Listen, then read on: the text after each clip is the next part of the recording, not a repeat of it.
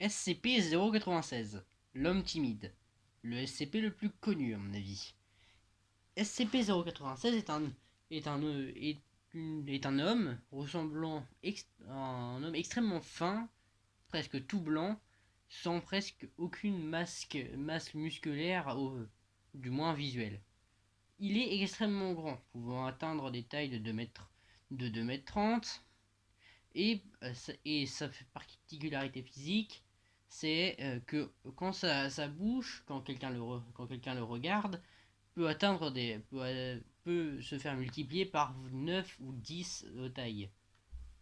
Sa bouche est vraiment énorme, plus que le record humain en tout cas. SCP-096 est généralement très calme, se tenant simplement dans sa cellule, sans trop broncher, toujours très calme. Mais quand quelqu'un voit son visage, il passera pendant 2 ou 3 minutes en mode vénère, mais en produisant des bruits étranges, et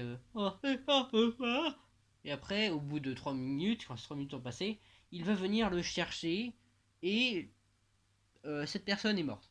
Vous pouvez déjà la compter comme morte, car même au fond de l'océan, sur, sur entouré de béton armé, à mon avis, entre tout, je pense que ça ne suffira pas. Aucun matériau connu à ce jour n'est capable de le stopper.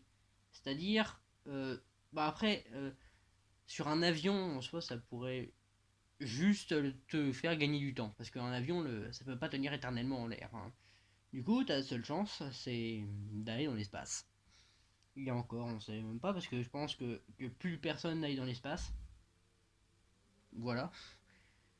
Mais sinon, SCP-096 est quand même le SCP le plus connu, à mon avis. Enfin, je pense. Après, avec 173 qui est le tout premier. Donc voilà, c'était tout pour SCP-96. J'en ai parlé dans la précédente vidéo SCP-327-FR. N'hésitez pas à aller faire un tour. Mais d'ailleurs, d'abord, comme c'est la fin de la vidéo, j'ai parlé des procédures de confinement spéciales. On n'en parle jamais, parce qu'ils sont presque inintéressantes. Sauf que là, pour SCP-96, c'est quand même assez particulier. SCP-96 est confiné dans un bloc de 9 par 9 par 9.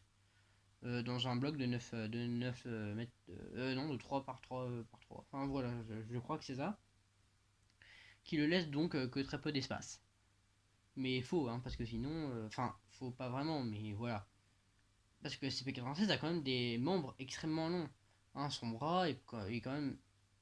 Genre, il fait bien la taille de 1 mètre, à mon avis. Là où la taille d'un bras humain normal est de 50 centimètres à mon avis, je pense. Ouais, je pense 50 centimètres. Enfin, je sais pas. Mais en tout cas, ses bras peuvent être extrêmement longs, alors il faut quand même qu'il puisse bouger. Il bouge très rarement et extrêmement calme, et c'est pour ça que les matériaux de sa cellule sont généralement composés d'acier qui doit être changé à chaque brèche.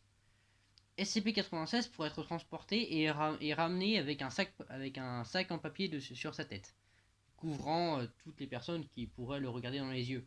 Parce que c'est ça qui l'active, et il va tuer tous ceux qui ont vu son visage, hein, je vous le rappelle. Et du coup, il n'y a aucune caméra dans sa cellule. Pour des raisons, je pense, évidentes. Parce que sinon, bon, pas ouf. Du coup, ils mettent des capteurs, des ondes.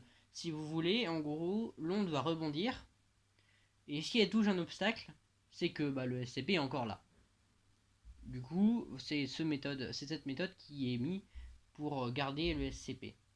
En cas de brèche, faut abandonner toute chance à l'autre, à SCP-396-2, c'est-à-dire celui qui l'a tué, enfin celui qui l'a regardé, est mort. C'est simple, il est mort.